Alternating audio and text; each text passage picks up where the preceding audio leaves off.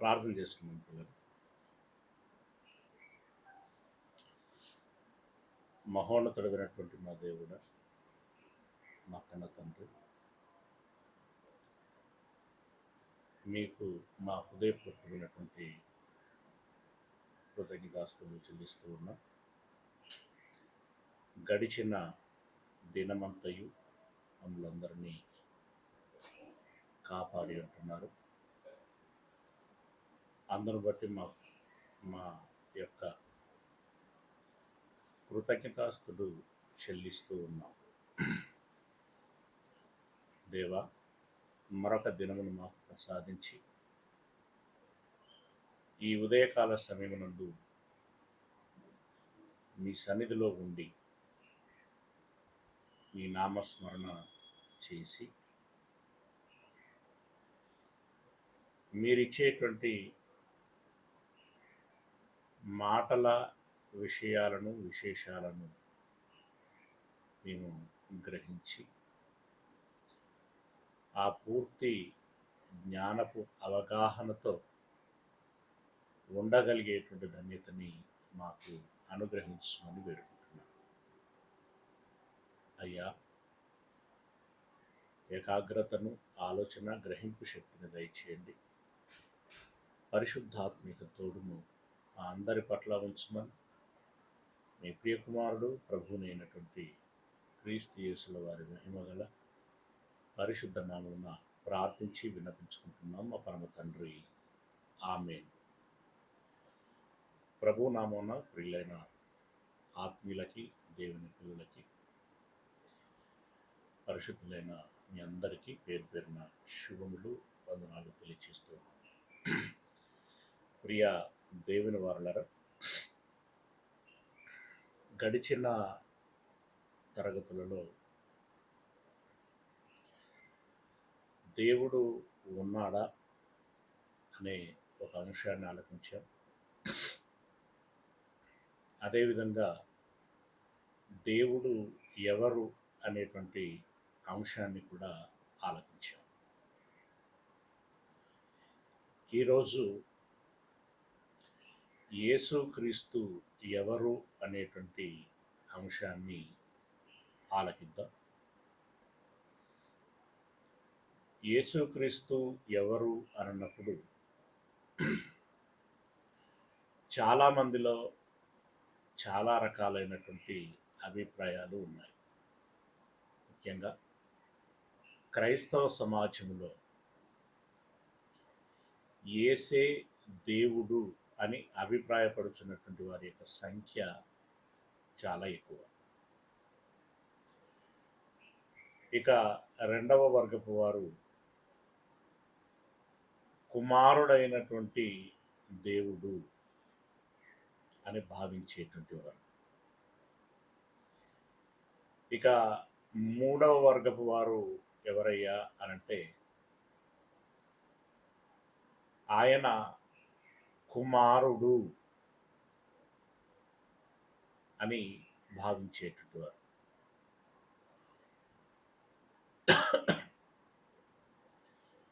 ఇక మరో విశ్వాసములో ఉన్నటువంటి వారు ఆయన ఒక ప్రవక్త అని భావించేటువంటి వారు కొందరు. ఇస్లాము మతాచారంలో ఉన్నటువంటి వారు మాట్లాడేటువంటి వారి అభిప్రాయం. ఇక నాలుగవ వర్గపు వారు హైందవ సమాజము. వారు ఏమని అభిప్రాయపడతారు అనంటే అందరి దేవుళ్ళ వలె అతడు ఒక అవతార పురుషుడు అని భావిస్తూ ఉంటారు. ఇక చివరగా నాస్తిక వర్గపు వారు ఆయన ఒక ఉత్తమమైనటువంటి, తెలివైనటువంటి ఉద్యమకారుడు, సంస్కరణవాది అని ఈ నాలుగవ వర్గపు వారు భావిస్తూ ఉంటారు. పిల్లరా, క్రైస్తవ్యములలో కొన్ని అభిప్రాయాలు ఉన్నాయి. దేవుడు, దేవుని కుమారుడు, కుమారుడైన దేవుడు అనేటువంటి అభిప్రాయాలు. హైందవులలో అవతార పురుషుడు అనేటువంటి అభిప్రాయము. ముస్లిములలో ప్రవక్త అనేటువంటి అభిప్రాయము. నాస్తికులలో ఒక తెలివైనటువంటి ఉద్యమకారుడు, సంస్కరణవాది అనేటువంటి అభిప్రాయము ఉన్నది. ఇంతకీ ఇందులో వాక్య భావాన్ని బట్టి జాగ్రత్తగా గమనించాలి. వాక్య అక్షరాల పదాల అర్థాలను బట్టి కాదు, వాక్య భావాన్ని బట్టి క్రీస్తు ఎవరు అనేటువంటి విషయాన్ని వాక్యానుసారంగా ఛేదించుకునేటువంటి ప్రయత్నం మనము చేద్దాం. ముందుగా, దేవుడు ఉన్నవాడు అనగా జనన మరణము లేనటువంటి వాడు, ఆది అంతములు లేనటువంటి వాడు. ఆ ఉన్నవాడైనటువంటి దేవునికి ఒక జ్ఞానం ఉంటుంది, ఒక శక్తి ఉంటుంది, ఒక సమర్థత ఉంటుంది, అధికారము ఉంటుంది. అలాంటి దేవుడికి జ్ఞానం అంటూ ఉంటే, అలాగే శక్తి అంటూ ఉంటే,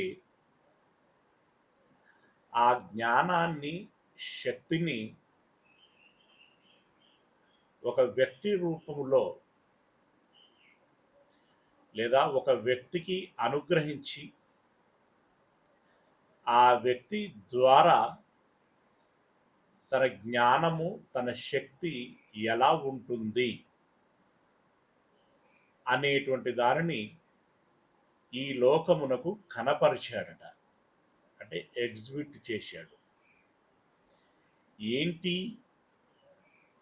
అని గనక మనం ఆలోచించినట్టయితే, కొరంథీలో రాసినటువంటి మొదటి పత్రిక 1వ అధ్యాయము, కొరంథీలో రాసినటువంటి మొదటి పత్రిక 1వ అధ్యాయము 24వ వచనం. కొరంథీలో రాసినటువంటి మొదటి పత్రిక 1వ అధ్యాయము 24వ వచనం. ఆయన అనగా ఈ సందర్భము యేసుక్రీస్తుల వారిని గురించి మాట్లాడుకుంటూ వస్తున్నాడు. ఆ క్రీస్తుల గురించి మాట్లాడుతూ 23వ వచనంలో అంటాడు కదా, అయితే మేము సిలువ వేయబడినటువంటి క్రీస్తును ప్రకటించుచున్నాము. అంటే క్రీస్తు గురించి మాట్లాడుచున్నారు. ఆ క్రీస్తు యూదులకు ఆటంకముగాను, అన్యజనులకు వెర్రితనముగాను ఉన్నాడు. కానీ యూదులకేమి, గ్రీసు దేశస్థులకేమి, పిలువబడిన వారికే క్రీస్తు దేవుని శక్తియును, దేవుని జ్ఞానమునై ఉన్నాడు అంటున్నాడు. క్రీస్తు ఏమై ఉన్నాడు, ఎవరై ఉన్నారు అనంటే దేవుని యొక్క శక్తియు, జ్ఞానమునై ఉన్నాడు అని అంటున్నాడు. అంటే దేవుని శక్తి అంటూ ఒకటి ఉన్నది అని అనుకుంటే అది క్రీస్తు రూపములో మనకు కనబడుతుంది. కలిగి ఉన్నది ఏదియు ఆయన లేకుండా కలగలేదు అనంటే ఈ ప్రకృతిని కలగజేయటంలో తాను ప్రధాన పాత్ర పోషించాడు. ప్రధాన పాత్ర అనడం కంటే ప్రముఖ పాత్ర పోషించాడు. ప్రముఖ పాత్ర పోషించాడు. దాని ద్వారా ఆయన శక్తి ఏంటి అనేటువంటిది, ఇప్పుడు సృష్టిని, ఒక భూమిని, ఒక సూర్యుని, చంద్రుని, నక్షత్రాలను, వీటన్నిటిని కలగ చేయటం అంటే సాధారణమైనటువంటి విషయం కాదు కదా. అంత శక్తి మనకు యేసయ్యలో కనిపిస్తున్నది.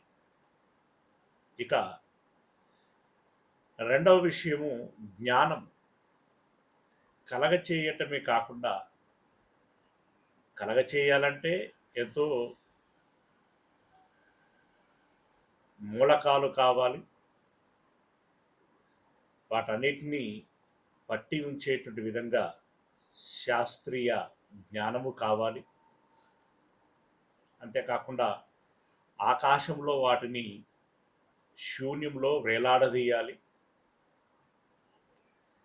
ఆ తదుపరి వాటినన్నిటినీ ఒక క్రమ పద్ధతిలో కదిలించాలి. దీనంతటికి ఎంతో జ్ఞానము అవసరం. ఉదాహరణగా మాట్లాడుకుంటున్నాం మనం. ఇదంతా యేసు క్రీస్తులో మనకి కనిపిస్తుంది. అది దేవుడిది.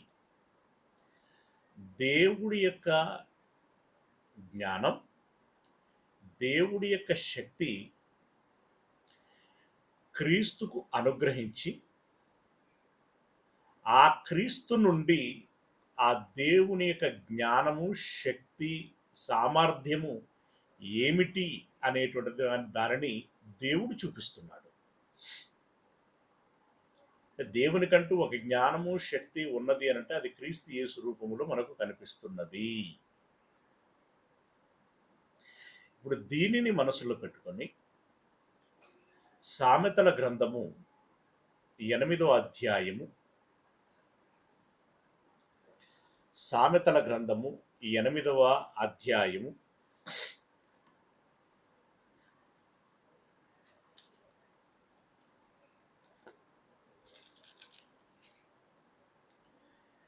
23వ వచనం నుండి చదువుకుందాం. అందుకోసం 1వ వచనాన్ని ఒకసారి స్పృశించుకుందాం. 8వ అధ్యాయము 1వ వచనంలో ఏముంది? జ్ఞానము ఘోషించుచున్నది, వివేచన తన స్వరమును వినిపించుచున్నది అని అన్నాడు. అంటే జ్ఞానము మాట్లాడుచున్నదట, మామూలుగా కాదు. కేకలు వేస్తూ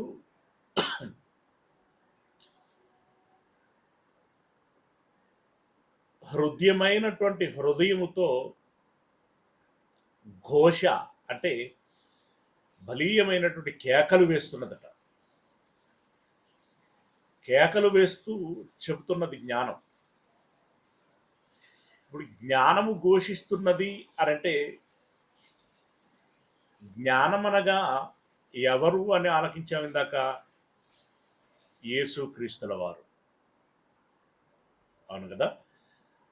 ఆ యేసు క్రీస్తుల వారు ఘోషిస్తున్నారు.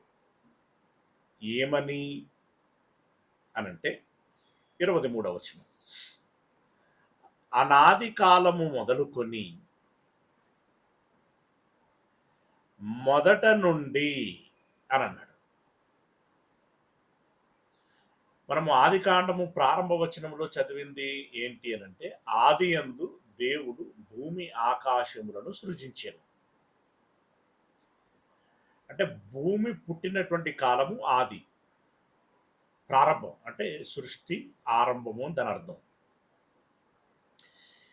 ఈ ఆదికి ముందు ఉన్నటువంటి కాలము అనాది. ఈ అనాది కాలమును గురించి మాట్లాడుచున్నాడు. ఇప్పుడు ఇక్కడ అనాది కాలము మొదలుకొని మొదట నుండి భూమి ఉత్పత్తి అయిన కాలమునకు పూర్వము నేను నియమింపబడి తిని. అంటే భూమి ఉత్పత్తి అయినటువంటి కాలమునకు ముందే యేసయ్య నియమింపబడ్డాడట. దేనికి? ఈ సమస్త సృష్టికి ప్రధాన శిల్పిగా ఉండులాగున. నియమింపబడటము అంటే ఏ రకంగా నియమింపబడ్డాడు, ఏమని నియమింపబడ్డాడు అనంటే ఈ సృష్టికి ప్రధాన శిల్పిగా ఉండులాగున నియమింపబడ్డాడు. ప్రధాన శిల్పి అనంటే ఒక మంచి రూపకర్త, మంచి ఆకారములో తయారు చేయగలిగేటువంటి ప్రజ్ఞ కలిగినటువంటి వాడుగా యేసయ్య నియమింపబడ్డాడు. ఎప్పుడు? అనాదిలో. భూమి ఉత్పత్తి అయిన కాలమునకు పూర్వము నేను నియమింపబడి తిని. 24 వచనం. ప్రవాహ జలములు లేనప్పుడు, నీళ్లతో నిండిన ఊటలు లేనప్పుడు నేను నియమింపబడి తిని. పర్వతములు స్థాపింపబడక మునుపు, కొండలు పుట్టక మునుపు, భూమిని దాని మైదానములను ఆయన చేయక మునుపు, నేల మట్టిని రవ్వంతయు సృష్టించక మునుపు నేను పుట్టి తిని అంటున్నాడు. అంటే ఇవన్నీ కూడా ఏం చెప్పబడుతున్నాయి అనంటే, ప్రవాహ జలములు లేనప్పుడు, పర్వతములు సృష్టించబడక మునుపు, నీళ్లతో నిండినటువంటి ఊటలు లేనప్పుడు, కొండలు పుట్టక మునుపు, భూమిని దాని మైదానమును కలగజేయక మునుపు, నేల మంటిలో రవ్వంతయు సృష్టించబడక మునుపు నేను ఏమంటున్నాడు? ఉన్నవాడను అంటున్నాడా? పుట్టినవాడను అని అంటున్నాడా? పుట్టినవాడను అని అంటున్నాడు. ఉన్నవాడికి పుట్టినవాడికి వ్యత్యాసం ఏమిటి? ఉన్నవాడు అనంటే జననము లేనివాడు కదా. ప్రారంభము అనేటువంటిది లేనటువంటి వాడు. కానీ యేసయ్య జన్మించినవాడు. ప్రారంభం అనేటువంటిది ఒకనాడు ఉంది, అది అనాది కాలంలో. అంతము లేదు, యేసయ్యకి అంతము లేదు. ఆయన అమరుడు.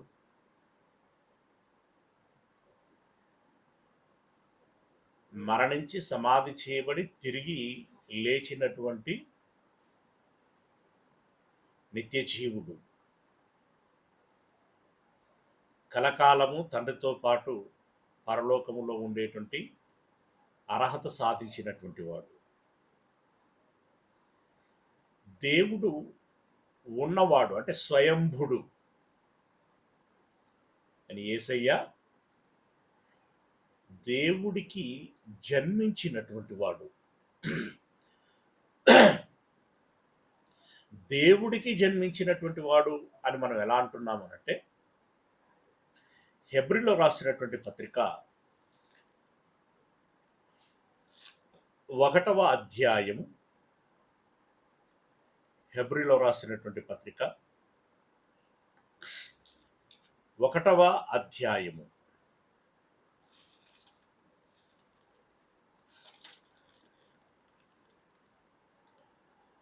5వ వచనము. హెబ్రీలో రాసినటువంటి పత్రిక 1వ అధ్యాయము 5వ అధ్యాయం.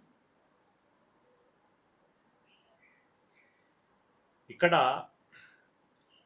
తన కుమారుని గురించి మాట్లాడుకుంటూ వస్తున్నాడు. ఉదాహరణకి నేను వేగంగా పైని వచనం నుండి 1వ వచనం నుండి చదువుకుంటూ వస్తున్నాను. పూర్వకాలమందు నానా సమయములలోనూ నానా విధములుగాను ప్రవక్తల ద్వారా మన పితరులతో మాట్లాడిన దేవుడు ఈ దినముల అంతమందు కుమారుని ద్వారా మనతో మాట్లాడెను. ఆయన ఆ కుమారుని సమస్తమునకును వారసునిగా నియమించెను. ఆయన ద్వారా ప్రపంచములను నిర్మించెను. ఆయన ద్వారా ప్రపంచములను నిర్మించెను. ఆయన దేవుని మహిమ యొక్క తేజస్సును, ఆయన తత్వము యొక్క మూర్తివంతమునై ఉండి తన మహత్తు గల మాట చేత సమస్తమును నిర్వహించుచు పాపముల విషయంలో శుద్ధీకరణము తానే చేసి దేవదూతల కంటే ఎంత శ్రేష్టమైన నామమును పొందెనో వారికంటే అంత శ్రేష్ఠుడై ఉన్నత లోకమందు మహామహుడగు దేవుని కుడిపార్శ్వమున కూర్చుండెను. దేవుడు తన కుమారుడి ద్వారా సమస్తమును నిర్మించి, అంటే ప్రపంచమును నిర్మించి, చాలా మాటలు చెప్పాడు. అలాంటి ఆ కుమారుణ్ణి తన కుడిపార్శ్వమున దేవదూతలందరికంటే శ్రేష్టమైనటువంటి వాడుగా పేరు పొంది కూర్చుని ఉన్నాడట. ఇప్పుడు ఆ కుమారుని గురించి మాట్లాడుచున్నాడు. 5వ వచనం, ఎలయనగా నీవు నా కుమారుడవు, నేను నేడు నిన్ను కనియున్నాను, నేను ఆయనకు తండ్రినయ్యుందును, ఆయన నాకు కుమారుడయ్యుండును అని యేసయ్యను గురించి తాను చెప్తున్నాడు. అంటే యేసుక్రీస్తు దేవునికి కుమారుడు, దేవుడు యేసుక్రీస్తుకు తండ్రి. ఎక్కడికక్కడిగా స్పష్టమైనటువంటి విషయాన్ని వెల్లడి చేస్తూ వస్తున్నాడు. ఎక్కడికి అక్కడిగా స్పష్టమైనటువంటి విషయాన్ని వెల్లడి చేస్తూ వస్తున్నాడు. ఓకే, ఇక మనం ఇందాక సామెతల గ్రంథంలో ఎక్కడైతే మనం చదువుకున్నామో అదే పేజీలో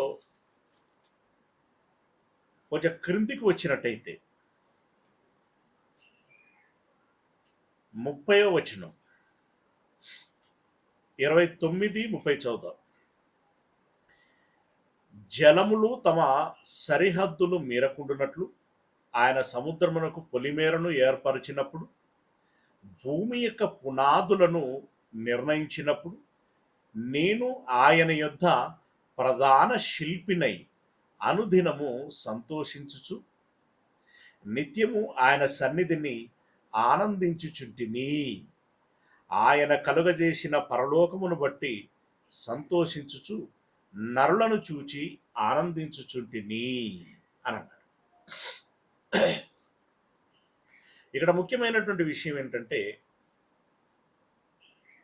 దేవుని యొద్ద నేను ప్రధాన శిల్పినై ఉంటిని అని అంటున్నాడు.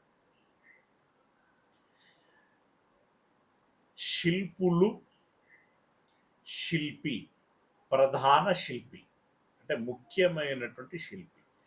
అంటే ఈ సృష్టి నిర్మాణములో ఒక ముఖ్యమైనటువంటి శిల్పిగా తన పాత్రను పోషించాను అన్నట్టుగా చెప్తున్నాడు ఆయన. ఓకే, ఇప్పుడు ఆ యేసు అంటే వీటన్నిటిని బట్టి దేవుడు ఉన్నాడు, దేవునికి ఒక కుమారుడున్నాడు, ఆయన పేరు యేసు. ఆ యేసు ఒక ప్రధాన శిల్పిగా ఉన్నాడు,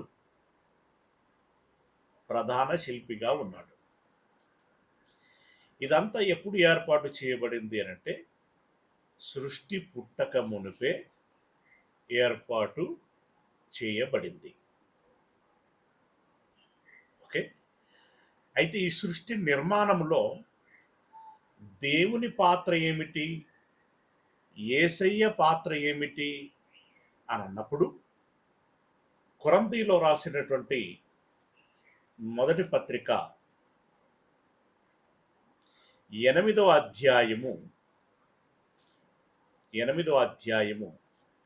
6వ వచనం. కొరింథీలో రాసినటువంటి మొదటి పత్రిక 8వ అధ్యాయము 6వ వచనం. ఆకాశమందైనను భూమి మీదనైనను దేవతలనబడినవి ఉన్నను. ఈ పాయింట్ మనం జాగ్రత్తగా గమనించాలి. దేవతలు అనబడినవి ఆకాశములో ఒక బృహస్పతి నక్షత్రాన్ని చూపించి, ఒక సూర్యుని చూపించి, అలాగే ఆకాశమును చూపించి, మరికొన్ని నక్షత్రాలను చూపించి, అరుంధతి తదితరమైనటువంటి దేవుళ్ళుగా దేవతలుగా చెబుతూ ఉంటారు. అయితే అలా చెప్పబడినవే తప్ప, అనబడినవే తప్ప అయినవి కావు. అనబడటము వేరు, అవి ఉండటము వేరు. అనబడటం అంటే మనుషుల యొక్క ఊహాజనిత స్వయం ప్రకటిత మాటలవి. అయినవి అనంటే నిజంగానే ఆ లక్షణాలు, ఆ శక్తి సామర్థ్యాలు కలిగి ఉండటం. అలాగే భూమి మీద కూడా ఈ ప్రకృతిలోని వస్తువులన్నిటిని చూపించి రకరకాల పేర్లు పెట్టి రకరకాల దేవుళ్ళుగా దేవతలుగా కొలవటము అనేటువంటి జరుగుతున్నది. కానీ వాస్తవానికి వాటికి ఆ లక్షణాలు లేవు.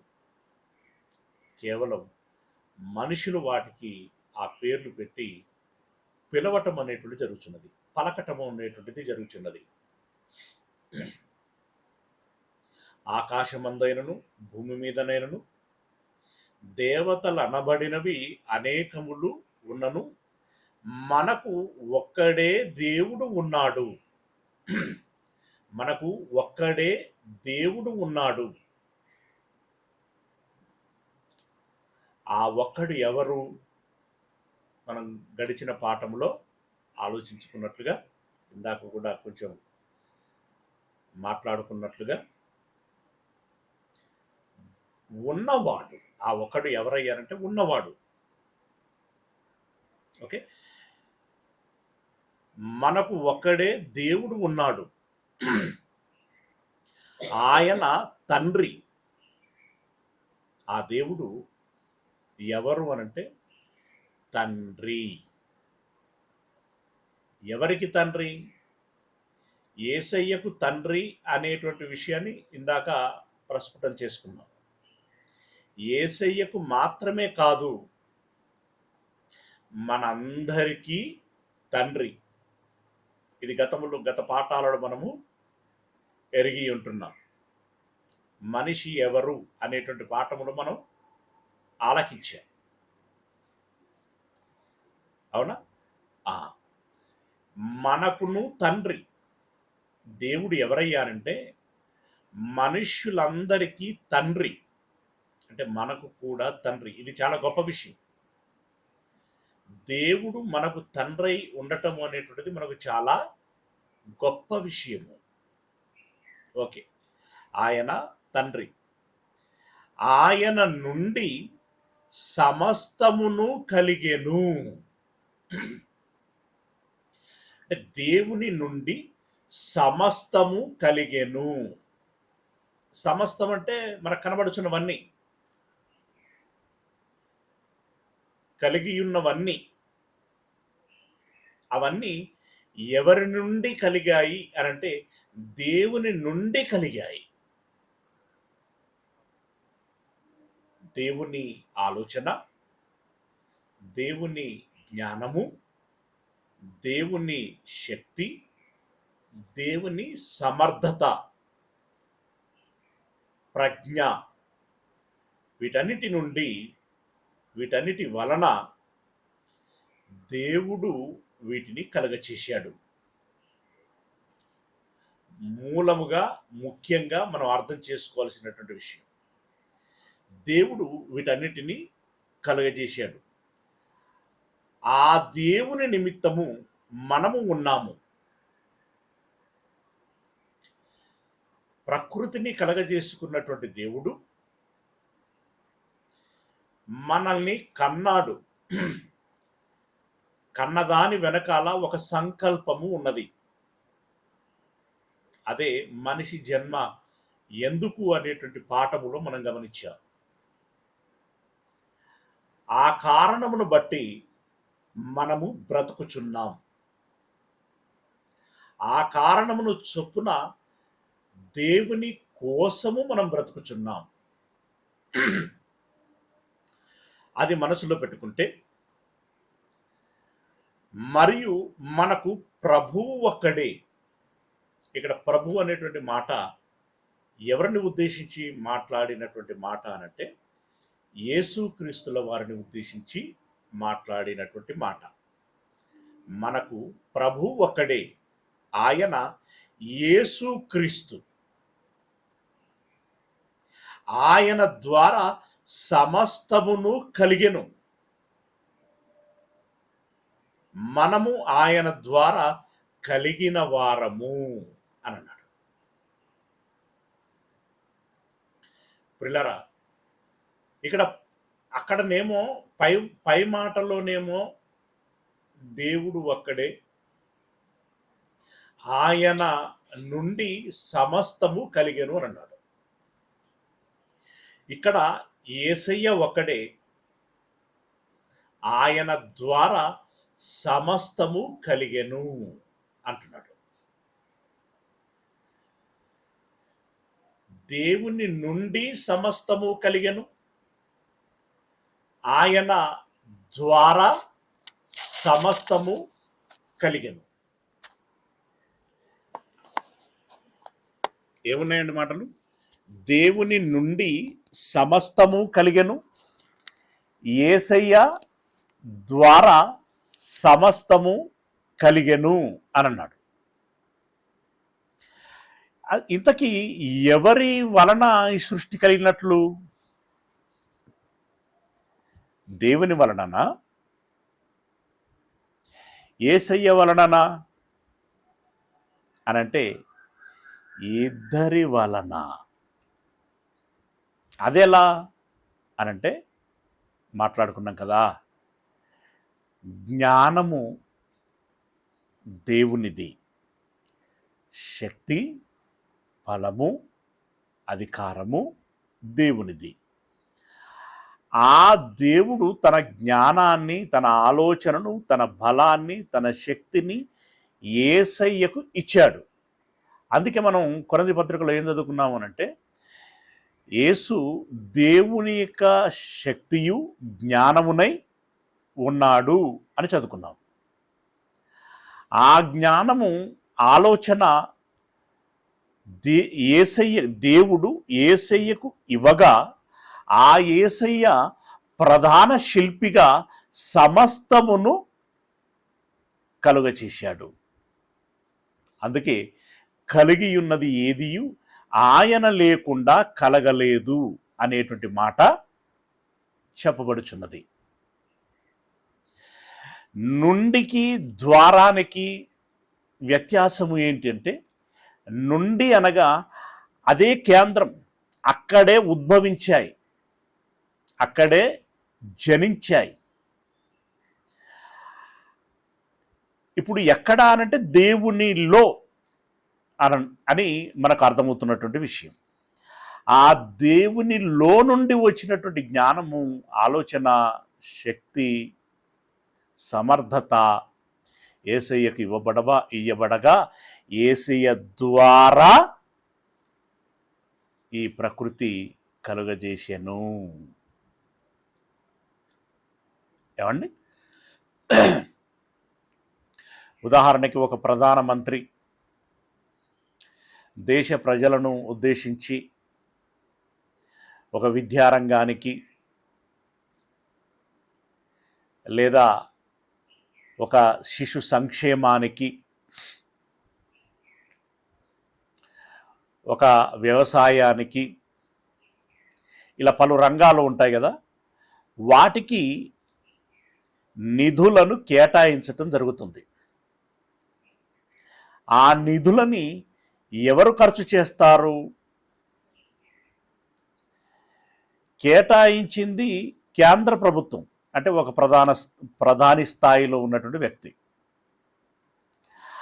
ఆ వ్యక్తి కేటాయించినప్పుడు అవి సంబంధిత మంత్రుల శాఖకు వెళుతాయి. ఆ మంత్రులు సంబంధిత అధికారులకి, అంటే ఐఏఎస్ స్థాయిలో ఉన్నటువంటి వ్యక్తులకు అందుతాయి. వారు ఆ సంబంధిత శాఖలకు ఖర్చు చేయటము జరుగుతుంది. అంటే ఇప్పుడు కేటాయించింది ఒకరు, తీసుకొచ్చింది మరొకరు, ఖర్చు చేసింది ఇంకొకరు. ఓకే, ఇప్పుడు నుండి అన్నప్పుడు కేంద్రము నుండి ఖర్చు చేసింది రాష్ట్రాల అధికారులు.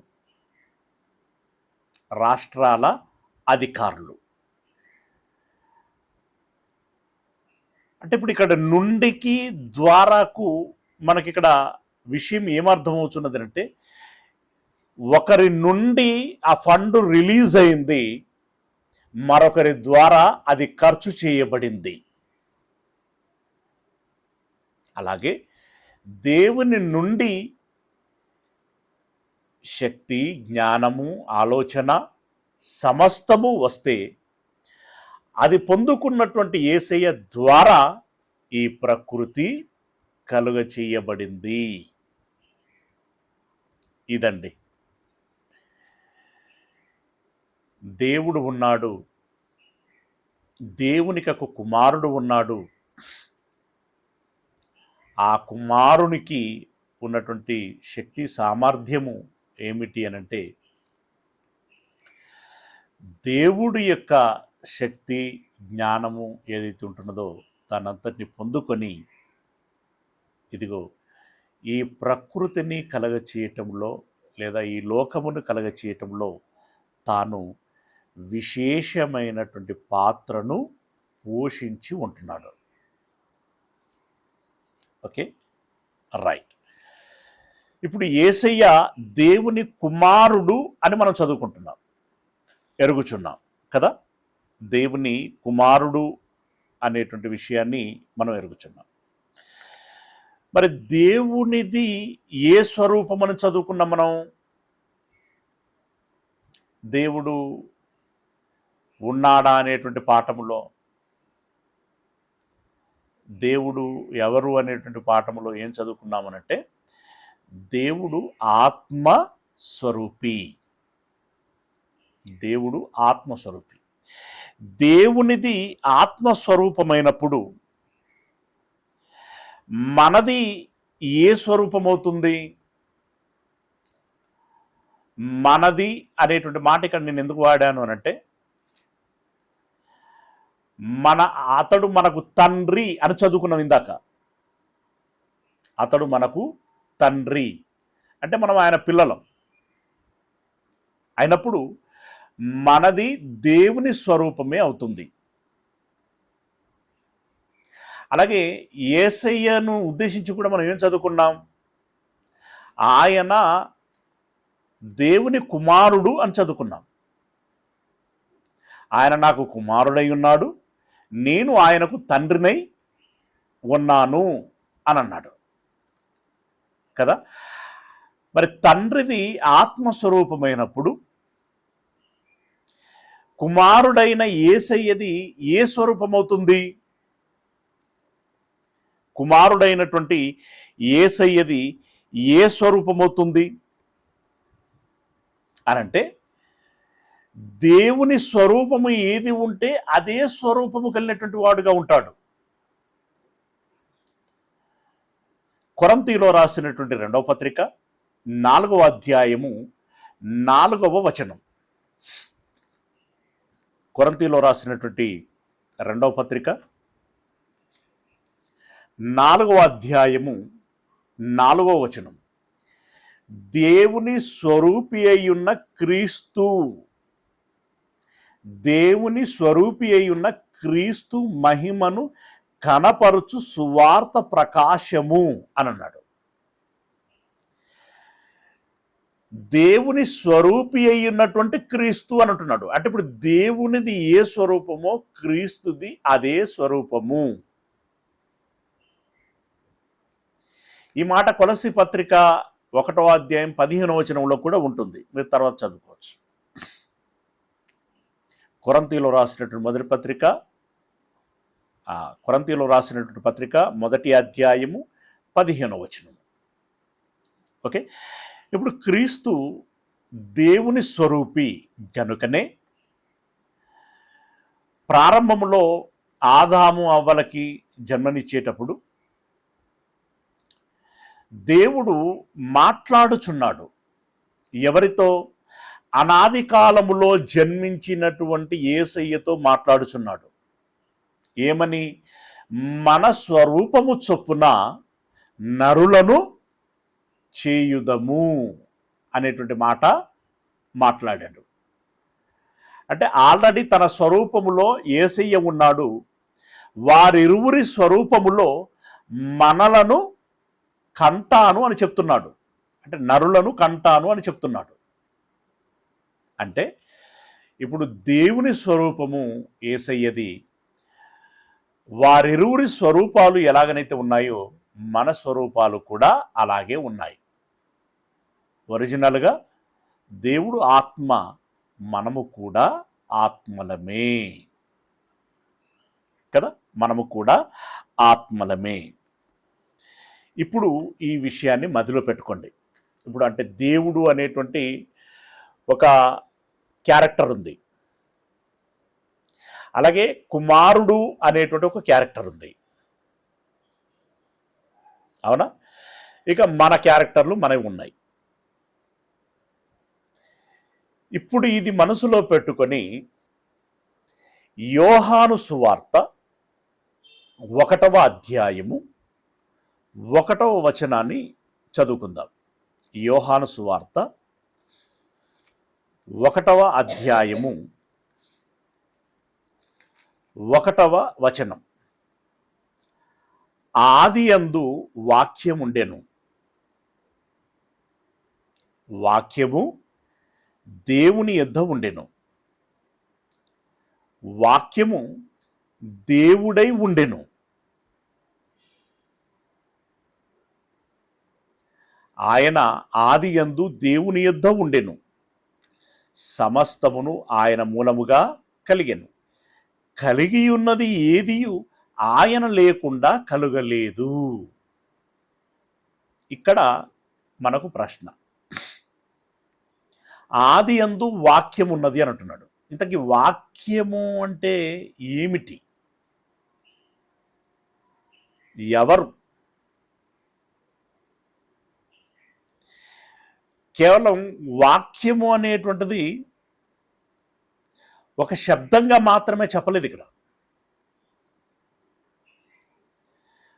వాక్యము దేవుడై ఉండెను అని అంటున్నాడు. అంటే శబ్దము అయి ఉన్నటువంటి వాక్యము వ్యక్తిగా చెప్పబడుచున్నాడు. శబ్దము కాస్త వ్యక్తి రూపములో ఉన్నది అని చెప్తున్నాడు. అంటే ఇదంతా ఎలా అనంటే, ఈ పేజీని ఇలాగే ఉంచి ప్రకటన గ్రంథము 19వ అధ్యాయము 13వ వచనం చూద్దాం. ప్రకటన గ్రంథం 19వ అధ్యాయము 13వ వచనము. ఇక్కడ ఏమన్నాడు? రక్తములో ముంచబడిన వస్త్రము ఆయన ధరించుకొని ఉండెను, మరియు దేవుని వాక్యము అను నామము ఆయనకు పెట్టబడి ఉన్నది. అంటే యేసు ప్రభుల వారిని ఉద్దేశించి మాట్లాడుకుంటూ వస్తూ, ఆ యేసుకు దేవుని వాక్యము అని పేరు పెట్టబడింది అని అంటున్నాడు. అంటే ఇందాక దేవుని శక్తియు జ్ఞానమునై ఉన్నాడు అనేటువంటి విషయాన్ని మనం ఎలాగనైతే అర్థం చేసుకున్నామో, దేవుని మాట అంటూ ఒకటి ఉన్నది అనంటే ఆ మాట యేసయ్య రూపములో వ్యక్తం చేయబడింది, లేదా యేసయ్య ద్వారా వ్యక్తం చేయబడింది. అంటే ఇప్పుడు వాక్యం అనగా యేసుకు వాక్యము అనేటువంటి పేరు పెట్టబడింది. అంటే వాక్యం అనగా యేసు. ఇప్పుడు ఆ యేసు వాక్యమై ఉన్నాడు అనే విషయాన్ని మధ్యలో పెట్టుకొని మళ్ళీ యోహాను సువార్త ప్రారంభాధ్యాయంలోనికి వస్తే, ఆది యందు వాక్యం ఉండెను అంటే తన అర్థం ఏంటి? ఆది యందు యేసు ఉండెను. ఉంటాడా మరి? అవును. అనాది కాలములో జన్మించినటువంటి ఆయన దేవుని శక్తిని జ్ఞానాన్ని పొందుకొని, ఆలోచనను పొందుకొని, దేవుని ఆజ్ఞను పొందుకొని ప్రధాన శిల్పిగా ఈ సమస్తమును కలగచేయటానికి భూమిని కలగచేసేటువంటి ఆ ఆది సమయంలో ఆయన ఉంటాడు. ఆ మాటే ఇక్కడ వ్యక్తం చేయబడుచున్నది. ఆది యందు వాక్యం ఉండెను అనగా ఆది యందు యేసు ఉండెను. వాక్యము దేవుని యొద్ద ఉండెను అంటే యేసు దేవుని యొద్ద ఉండెను. అంటే ఇప్పుడు ఇక్కడ మనం ఏం చేయాలి అనంటే, ఆది యందు యేసు ఉన్నాడు. ఆ యేసు ఎవరి యొద్ద ఉన్నాడు? దేవుని యొద్ద ఉన్నాడు. Very good. ఇప్పుడు వాక్యము దేవుడై ఉండెను అని అన్నాడు. మళ్ళీ వాక్యం అనగా ఎవరు? యేసు కదా. యేసు దేవుడై ఉండెను. ఇది ఎలా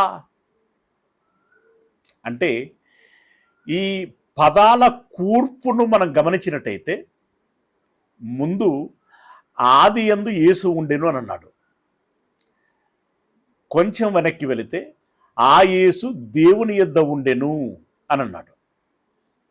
ఇంకొంచెం వెనక్కి వెళితే ఆ యేసు దేవుడై ఉండెను. ఓకే, ఆది యందు యేసు ఉండెను, క్లియర్, సమస్య లేదు. ఆ యేసు దేవుని యొద్ద ఉండెను, ఇక్కడ కూడా ప్రశ్న లేదు. దేవుని కుమారుడుగా దేవుని యొద్ద ఉన్నాడు. ఆ యేసు దేవుడై ఉండెను, ఇక్కడ ప్రశ్న వస్తున్నది. ఉన్నవాడు అనేటువంటి దేవుడు ఒకడు ఉండగా ఆ యేసు దేవుడై ఉండెను అనేటువంటి ఈ మాట ప్రశ్నని ఉత్పన్నం చేస్తున్నది.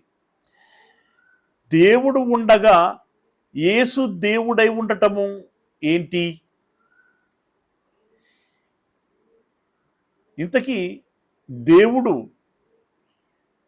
ఉన్నవాడైనటువంటి దేవుడు అని ఎవరైతే మాట్లాడుకున్నామో ఆయన ఈయన అనేటువంటి ప్రశ్న ఉత్పన్నమవుతూ ఉంటుంది.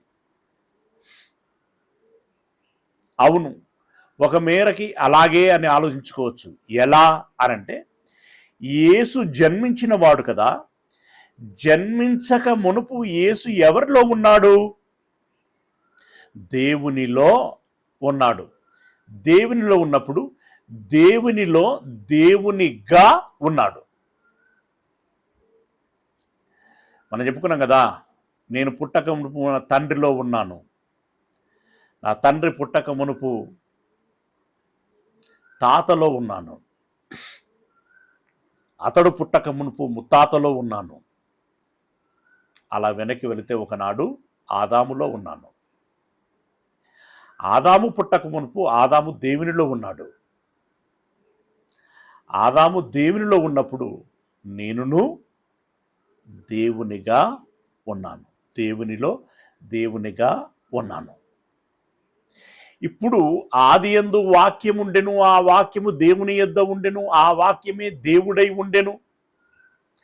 ఆ వాక్యము ద్వారా సమస్తమును కలిగెను, కలిగి ఉన్నది ఏదియు ఆయన లేకుండా కలగలేదు అనంటే, ఇప్పుడు దీన్ని మళ్ళీ రివర్స్లో మనం ఆలోచించుకుంటూ వద్దాం. దేవుడు ఉండెను, ఆ దేవునికి ఒక కుమారుడు జన్మించెను, ఆ కుమారుడు దేవుని యొద్ద ఉండెను. ఆ దేవుని యొద్ద ఉన్నటువంటి కుమారుని ద్వారా సమస్తమును కలిగెను. దేవుడు ఉండెను, దేవునికి ఒక కుమారుడు ఉండెను, ఆ కుమారుడు దేవుని యొద్ద ఉండెను, దేవుని యొద్ద ఉన్నటువంటి కుమారుని ద్వారా సమస్తము కలిగెను. అంటే యేసు వాక్యము అనేటువంటి నామము ధరించినటువంటి వాడుగా దేవుని యొద్ద ఉన్నాడు అనేటువంటి విషయము స్పష్టం చేయబడుచున్నది. ఓకే, ఇది మనసులో పెట్టుకొని 14వ వచనాన్ని మనం చదువుకున్నట్లయితే, యోహాను సువార్త 1వ అధ్యాయము 14వ వచనం. ఆ వాక్యము అంటే ఇప్పుడు ఏ వాక్యమైతే ఆది యందు ఉండెను, దేవుని యొద్ద ఉండెను, దేవుడై ఉండెను అని మనం చదువుకున్నామో ఆ వాక్యము శరీరధారి అయి కృపాసత్య సంపూర్ణుడిగా మన మధ్య నివసించెను. ఆ వాక్యమే శరీరాన్ని ధరించుకొని 2000 సంవత్సరాల క్రితము ఈ లోకములోనికి వచ్చింది అని అంటున్నాడు. ఆ వాక్యము శరీరధారి అయి కృపాసత్య సంపూర్ణుడుగా మన మధ్య నివసించెను. తండ్రి వలన కలిగిన అద్వితీయ కుమారుని మహిమ వలె మనము ఆయన మహిమను కనుగొంటిమి. అంటే వాక్యమే దేవుని కుమారుడైతే ఈ కుమారుడు అనాది కాలంలో జన్మించాడు. అయితే అప్పుడు ఆయన ఆత్మరూపంలో ఉన్నాడు. ఆత్మరూపములో ఉన్నటువంటి ఆయన 2000 సంవత్సరాల క్రితము శరీరమును ధరించుకొని ఈ లోకములోనికి వచ్చాడు అని అంటున్నాడు. దేవుడు ఆత్మ, ఆయనది ఆత్మస్వరూపం. కుమారుడైనటువంటి యేసయ్యది ఆత్మస్వరూపం. ఈ దేవుడు ఉన్నవాడు, కుమారుడు జన్మించినటువంటి వాడు. అయితే దేవుడు ఎప్పుడునూ ఆత్మస్వరూపము కలిగి ఉన్నాడు. మరో స్వరూపములో ఆయన ఎప్పుడు ఎవరికి ఎక్కడా కనిపించలేదు. ఈ క్లారిటీ మనకు ఉండాలి. దేవుడు మరో స్వరూపములో ఎప్పుడు ఎక్కడా ఎవరికి కనిపించలేదు. అంటే ఒక విధంగా చెప్పాలంటే మరొక స్వరూపమును అతడు ధరించుకోలేదు. కానీ ఆత్మస్వరూపములో ఉన్నటువంటి యేసు ప్రభుల వారు మాత్రం శరీరాన్ని ధరించుకున్నాడు. మరియ గర్భములో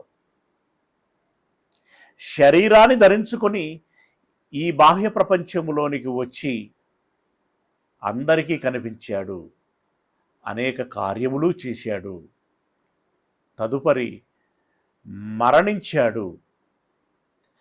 ఆ మట్టి శరీరాన్ని విడిచిపెట్టి మహిమగల శరీరమును ధరించుకొని పరలోకమునకు ఆరోహణమై దేవుని యొక్క కుడి పార్శ్వమున కూర్చున్నాడు.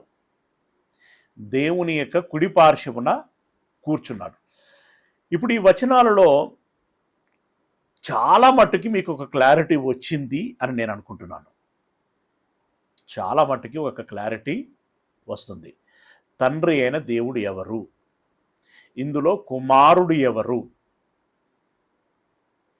తండ్రి స్వరూపం ఏంటి, కుమారుని స్వరూపం ఏంటి, తండ్రి పాత్ర ఏంటి, కుమారుని పాత్ర ఏంటి, తండ్రి ఏ స్వరూపాన్ని నిశ్చలంగా కలిగి ఉన్నాడు, కుమారుడు ఏ స్వరూపము కలిగి ఏ స్వరూపమును ధరించుకొని భూమి మీదకి వచ్చాడు, ఇత్యాది సంగతులన్నీ ఈ దినమున మనం గమనించాం.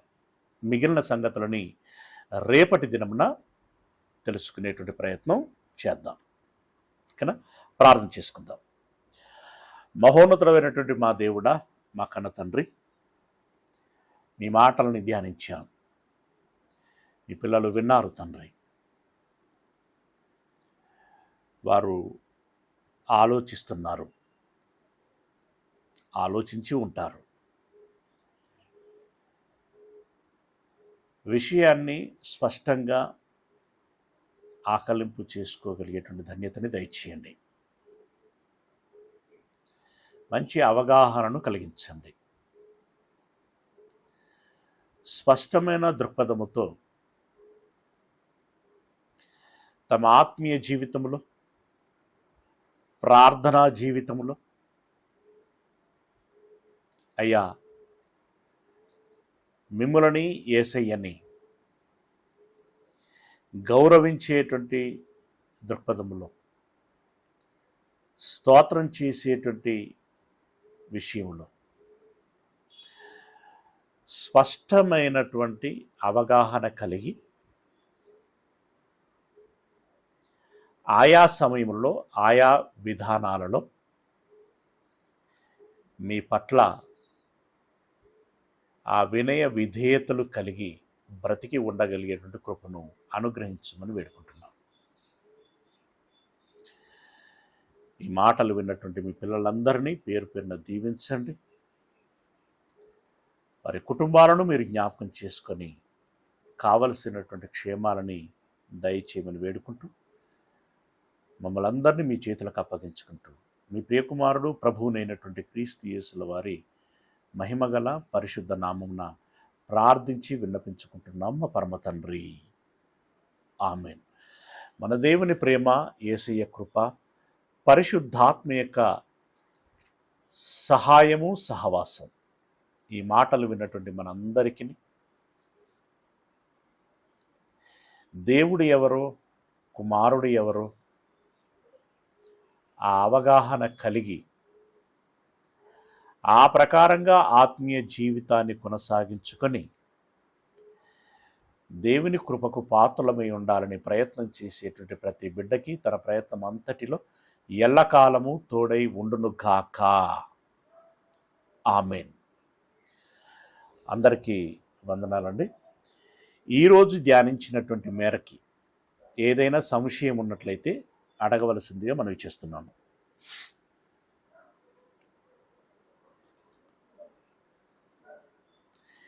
ఈరోజు ధ్యానించినటువంటి లేఖన భాగాలలో ఏదైనా సంశయం ఉన్నట్లయితే అడగవలసిందిగా మనం చేస్తున్నాం.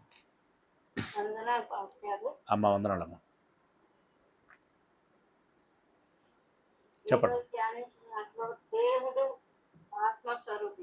అవునమ్మా. కుమారుడు మట్టి శరీరం మనుష్యునిగా జన్మించినాడు. అమ్మ కాదమ్మా, దేవుడు ఆత్మస్వరూపి.